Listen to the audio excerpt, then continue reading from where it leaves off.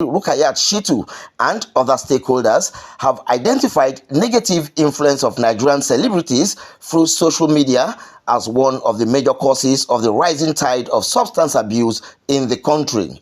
Shittu, a 27-year-old lawmaker, and other speakers disclosed this at the first Kwara Stakeholder Summit on Drug Abuse Prevention and Control in Ilorin, the Kwara State capital.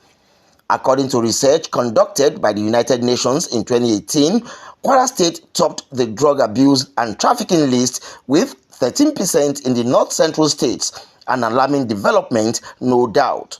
And this is informing the Stakeholder Summit on Drug Abuse Prevention and Control, where Nigeria's youngest lawmaker, Shittu, and other speakers advised state and federal governments to regulate drug-related content on social media to salvage the future of Nigerian youths. I believe that one of the major causes of drug abuse is the influence of some of our celebrities, whom majorly all young people believe to see them as a role model.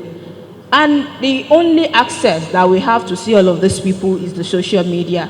So I see my social media, I see my role model, like they are not my role model, but I can say majorly every young people see them as a role model, doing all of these things on social media. We tend to copy them. We tend to believe that what they are doing is right. And on this, I will urge the federal government of Nigeria to regulate drug-related content on social media. I believe from this we will have a way forward, and this is responsibility for even the National Assembly and even the State Assembly. We've been taking several steps, which includes both in the supply reduction and the demand reduction, to see that this menace is reduced in our society, ranging from drug prevention programs, sensitization, and advocacy, which also give birth to this stakeholder summit that we are holding today. Because we need to bring all stakeholders on board so that we can have a common front in the fight against drug abuse. The state government cannot do it alone. That's why we're bringing in people to bring ideas so that we can shape our policy better in fighting this menace. 76% are less than 25 years. That is 76% fall between 14 and 25 years. This is why in our projection, we have to engage the youths a lot. We have to engage the high institution a lot. We have to engage the secondary school a lot. We have to engage the community a lot. While calling for a multidimensional approach in solving the menace of drug abuse, experts and other speakers also raised concerns over the new trend of exploring the cemeteries for alternatives. Going to the cemetery to exhume corpse, granulated bones, and sniff.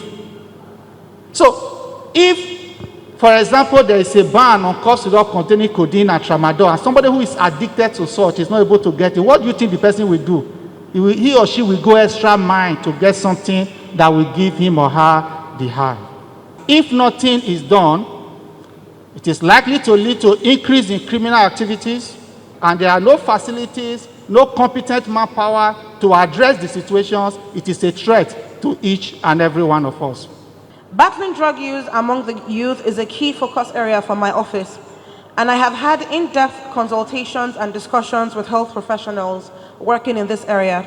I would, however, recommend that the approach taken in providing treatment should be one which combines medication with psychotherapy, as some health professionals have noted that in Nigeria, the general approach tends to be rather heavy on medication in addressing mental health challenges resulting from drug abuse. So if we all agree that we require a multidimensional approach, it means that it's not just only the job of the governor, it's not only the job of the executive, the legislator.